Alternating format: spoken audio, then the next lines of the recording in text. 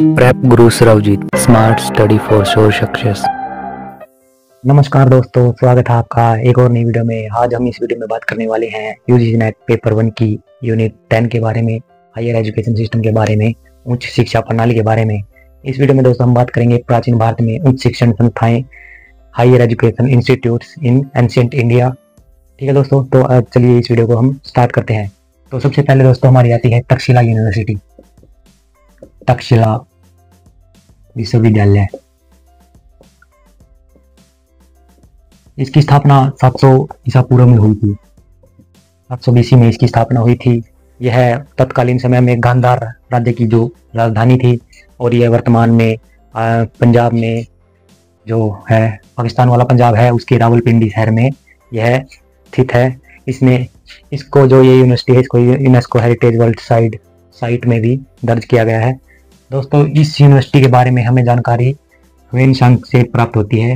ह्वेनसांग जो चीनी यात्री था, उससे जो विवरण है उससे हमें इसके बारे में जानकारी प्राप्त होती है। उसकी जो बुक है CU की, उससे हमें इसके बारे में जानकारी प्राप्त होती है। इस जो यूनिवर्सिटी में दोस्तों ढेर सारे विषयों के बारे में जानकारी जो दी जाती थी, बहुत सारी जानकारी पढ़ाई जाती थी। तो इस यूनिवर्सिटी में दोस्तों वेद, वेदांत, व्याकरण, यह है दोस्तों सिलेबस, यानी कि जो टॉपिक्स हैं, जो सब्जेक्ट्स हैं, वो इस यूनिवर्सिटी में पढ़ाए जाते थे। वेद, वेदांत, व्याकरण, और दोस्तों आयुर्वेद, शिल्पकला, सैन्य शिक्षा और चिकित्सा आदि बहुत सारे टॉपिक्स के बारे में यहाँ पर पढ़ाया जाता था। दोस्तों इस यूनिवर्सिटी में हॉस्टल की भी सुविधा होती थी, यानी कि जो भी स्टूडेंट्स होते थे उनके लिए हॉस्टल होता था, आवासीय सुविधा भी होती थी। तो आप इन्हें लिख सकते हैं अगर लिखना चाहे तो।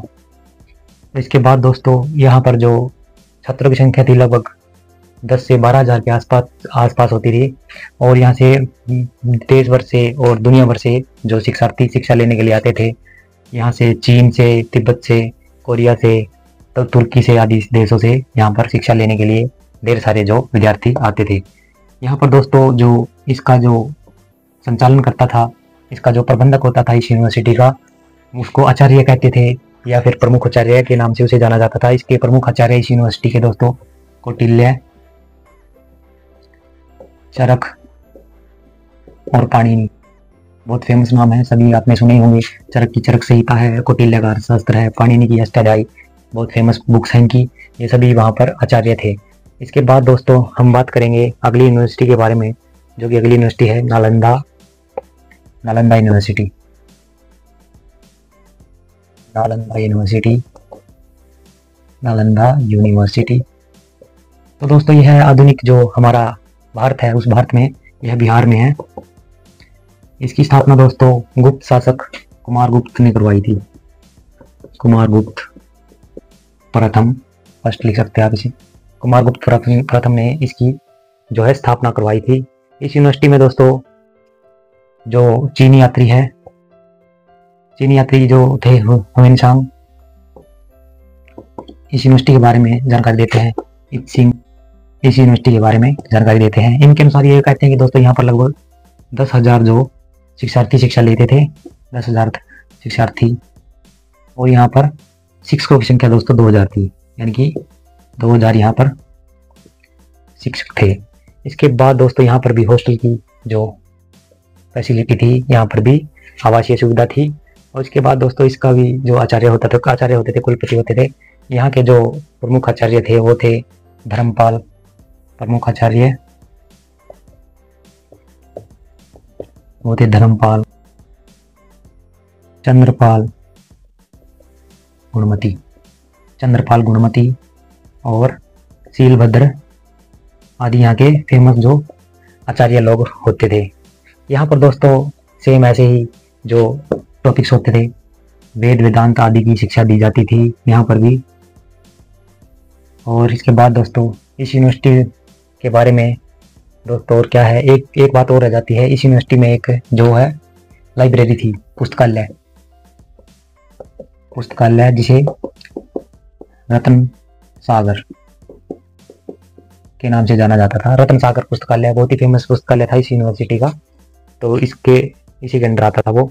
यहाँ पर दोस्तों जो शिक्षण की विधियाँ थी, शिक्षण की विधियाँ हैं, यहाँ पर शिक्षण की विधियाँ होती थी दोस्तों। पिछली वीडियो में मैंने आपको शिक्षण की सारी विधियाँ बताई थी, अगर आपने वीडियो नहीं देखी तो वो वीडियो भी आप देख सकते हैं। यहाँ पर मौखिक शिक्षा दी जाती थी, 3 टाइप से यहाँ पर शिक्षा दी जाती थी। यहाँ पर व्याख्या की जाती थी, व्याख्यान यानी कि व्याख्या करके, और तीसरा है तर्क द्वारा या चर्चा द्वारा। चर्चा द्वारा यहाँ पर शिक्षा दी जाती थी। इन 3 टाइप से यहाँ पर शिक्षा दी जाती थी। यह है शिक्षण विधियाँ इस यूनिवर्सिटी की। ये दोस्तों बौद्ध धर्म से प्रभावित जो यूनिवर्सिटियाँ हैं नालंदा में, बल्कि जो अन्य जो धर्म है उनसे रिलेटेड भी यहाँ पर पढ़ाई की जाती थी। और दोस्तों एक बात मैं तक्षशिला के बारे में बताना भूल गया। तक्षशिला यूनिवर्सिटी में जो है, तक्षशिला यूनिवर्सिटी है, उसमें जो दोस्तों संस्कृत पढ़ाई जाती थी। और यहाँ पर चिकित्सा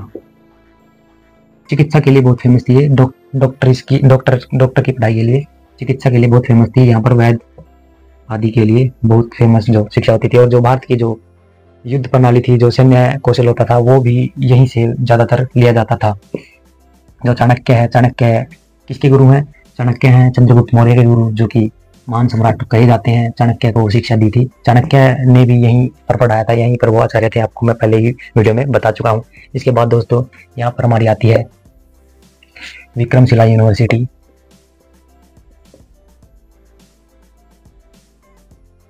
विक्रमशिला यूनिवर्सिटी दोस्तों, विक्रमशिला यूनिवर्सिटी की स्थापना दोस्तों जो पाल शासक थे, पाल वंशीय शासक धर्मपाल, इन्होंने इस यूनिवर्सिटी की स्थापना करवाई थी।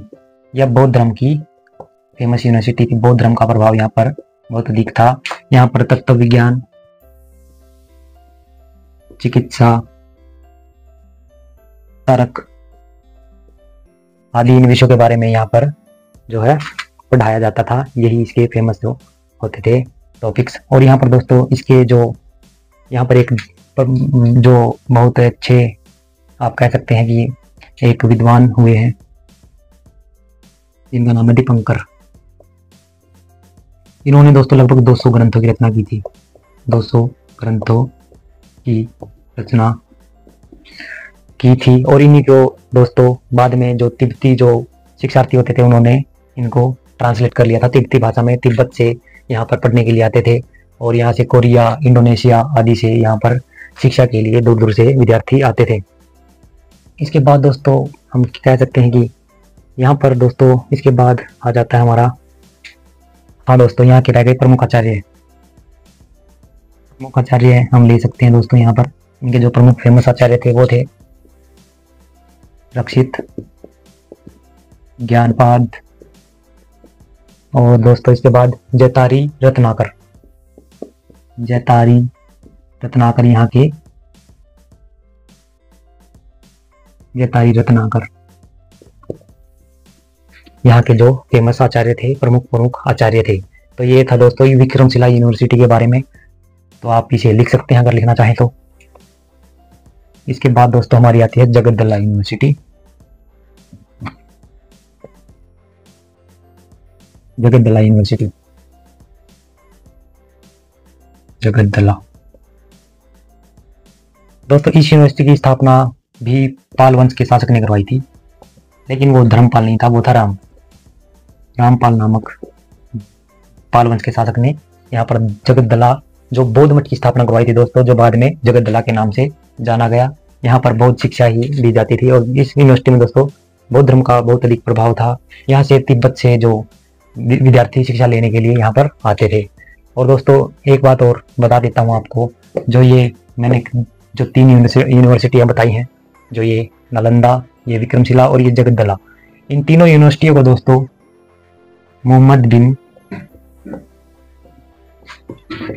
बख्तियार खिलजी द्वारा नष्ट कर दिया गया था। ये एक मुस्लिम आक्रमणकारी था। तो दोस्तों 1203 के आसपास जो विक्रमशिला यूनिवर्सिटी को तहस नहस कर दिया गया था। इसी प्रकार नालंदा विश्वविद्यालय को, यूनिवर्सिटी को जला दिया गया था, और जगद्दला को भी ऐसे ही नष्ट कर दिया गया था। इसके बाद दोस्तों हमारी आती है 5वीं यूनिवर्सिटी, जो है नादिया।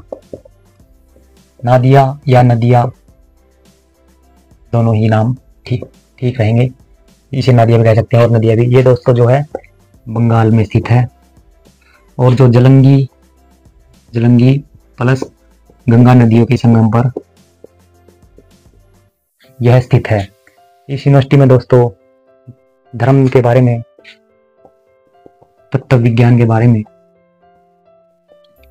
और सैन्य कौशल के बारे में, तर्क के बारे में, चिकित्सा आदि के बारे में यहाँ पर शिक्षा दी जाती थी।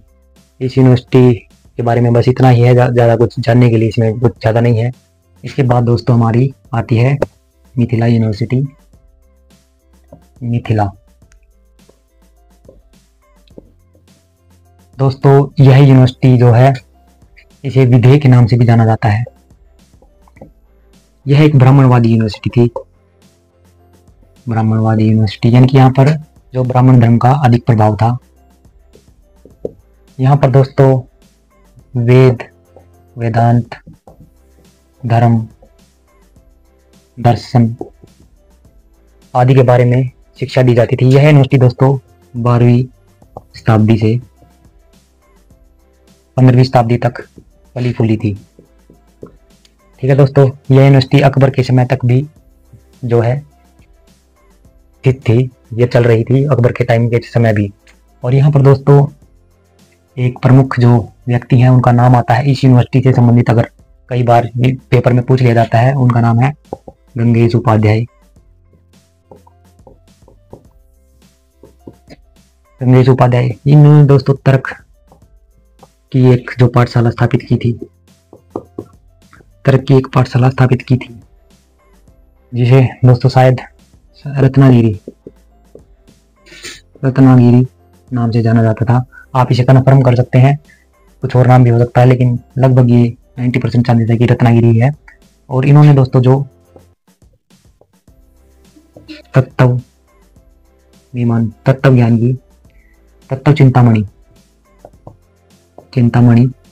ग्रंथ की स्थापना की थी, ग्रंथ की रचना की थी दोस्तों, सॉरी, तत्व चिंतामणि ग्रंथ की इन्होंने रचना की थी गंगेश उपाध्याय ने। इस यूनिवर्सिटी के बारे में दोस्तों यही जो मुख्य चीज़ें हैं आती हैं पेपर में, अगर पूछी जाती हैं तो इस यूनिवर्सिटी के बारे में था ये। इसके बाद दोस्तों हमारी आती है सालोटगी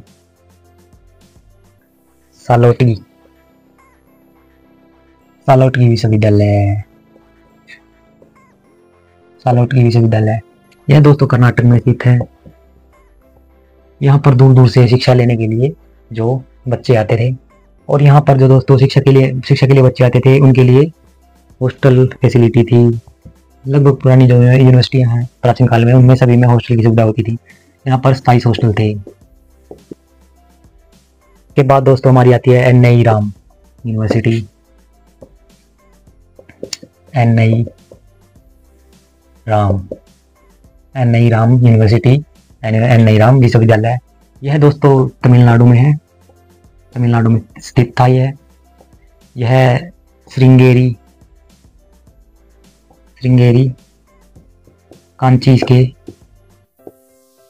कांची और एन.आई. राम इसके 3 प्रमुख केंद्र थे। यहाँ पर दोस्तों तत्व विज्ञान के बारे में, तर्क, दर्शन आदि के बारे में यहाँ पर शिक्षा दी जाती थी। यहाँ पर दूर दूर से बच्चे जो है पढ़ने के लिए आते थे। और इसके बाद दोस्तों हमारी आती है उज्जैन विश्वविद्यालय। इस यूनिवर्सिटी में दोस्तों खगोल और गणित, इन 2 सब्जेक्ट से रिलेटेड ये यूनिवर्सिटी बहुत फेमस थी। उज्जैन दोस्तों मध्य प्रदेश में है यह यूनिवर्सिटी, एमपी में। तो इस यूनिवर्सिटी के बारे में इतना ही है। तो दोस्तों ये थी प्रमुख यूनिवर्सिटियाँ प्राचीन काल में जिनका विकास हुआ, जो फली फूली और जो पूरी विश्व भर में फेमस थी। इसके बाद दोस्तों हम मध्यकाल की भी कुछ जो बातें हैं मुख्य शिक्षा से संबंधित, उनके बारे में भी हम इसी वीडियो में बात कर लेते हैं, क्योंकि उसके बारे में कुछ ज़्यादा जानने के लिए नहीं है। अगर आपको और ज़्यादा इन्फॉर्मेशन चाहिए तो मैं उसके लिए एक और वीडियो बना दूंगा, आप कमेंट करके बता सकते हैं। लेकिन इस वीडियो में ही हम उसके बारे में भी बात कर लेते हैं। ज़्यादा कुछ नहीं है मध्यकाल में जो शिक्षा है। मध्यकाल में शिक्षा देखो दोस्तों, 7वीं शताब्दी 8वीं शताब्दी में दोस्तों जो मुस्लिम आक्रमणकारी हैं वो भारत पर आक्रमण करने के लिए शुरू हो जाते हैं, आने शुरू हो जाते हैं आक्रांता। लगभग 1000 ईस्वी में जो है महमूद गजनवी भारत पर आक्रमण करता है। ऐसे ही 1175 ईस्वी में मोहम्मद घोरी के आक्रमण शुरू हो जाते हैं, जो लूटपाट करते हैं और इस्लाम धर्म की स्थापना यहाँ पर कर देते हैं, इस्लाम धर्म का यहाँ पर फैलाव कर देते हैं। इसके बाद दोस्तों यहाँ पर जो 12वीं शताब्दी में 1200 ईस्वी के बाद से यहाँ पर मुस्लिम संस्कृति का अपना शुरू हो जाता है, जिसमें सल्तनत काल में यहाँ पर जो है इस्लामिक जो संस्कृति है, इस्लामिक धर्म है, इस्लामिक जो प्रथाएं हैं, उनके बारे में यहाँ पर पढ़ाना शुरू कर दिया जाता है इस्लामिक तौर पर। और इसे ऐसे ही मुगल काल में भी यहाँ पर पढ़ाई लिखाई होती है। यहाँ पर दोस्तों मुख्यतः मकतब, मदरसे और पुस्तकालय बनवाए गए, जो कि राजाओं महाराजाओं द्वारा, सम्राटों द्वारा ही बनाए गए थे, शासकों द्वारा ही बनाए गए थे। और इनको जो संरक्षण भी शासकों द्वारा ही दिया जाता था। इनके बारे में हम एक और वीडियो में, अगर आप चाहें तो इसके लिए एक और अलग से वीडियो बना सकता हूं, लेकिन इसमें से कुछ ज़्यादा कुछ नेट के जो पेपर होता है उससे संबंधित इसमें कुछ ज़्यादा पूछने को नहीं मिलता फर्स्ट पेपर में।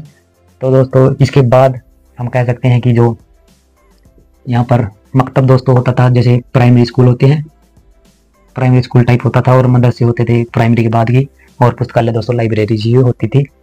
तो दोस्तों सल्तनत काल में भी लाइब्रेरीज वगैरह खोले गए, मकतब मदरसे खोले गए, जो इस्लामिक प्रणाली पर आधारित होते थे। मुगल काल में भी ऐसे ही धर्म आधारित जो मकतब मदरसे खोले गए, धर्म से संबंधित शिक्षाएं ही यहाँ पर दी जाती थी। और इसके बाद दोस्तों जब मुगल काल का जो अंत होता है, मुगल काल का अंत समानता है 1707 में औरंगजेब की मृत्यु के साथ ही मान लिया जाता है। उसके बाद जो बाद के जो शासक हुए वो ज़्यादा महत्वपूर्ण नहीं है, वो आधुनिक काल के साथ ही हम पढ़ लेंगे उनको। तो 1707 में जब औरंगजेब की मृत्यु होती है, औरंगजेब की मृत्यु, उसके बाद दोस्तों यहाँ पर जो मध्यकाल में जो धर्म आधारित जो शिक्षा होती थी उसका समापन हो जाता है। उसके बाद दोस्तों आधुनिक काल में शिक्षा का विकास हम अगली वीडियो में करेंगे। इस वीडियो में दोस्तों हम इतना ही करेंगे। तो दोस्तों आपको वीडियो कैसी लगी, वीडियो को लाइक करें अगर अच्छी लगी हो तो, और चैनल को सब्सक्राइब करें, ताकि ऐसे ही आपको लगातार इस टॉपिक से रिलेटेड और अन्य टॉपिक से रिलेटेड वीडियोस मिलती रहें। थैंक यू दोस्तों।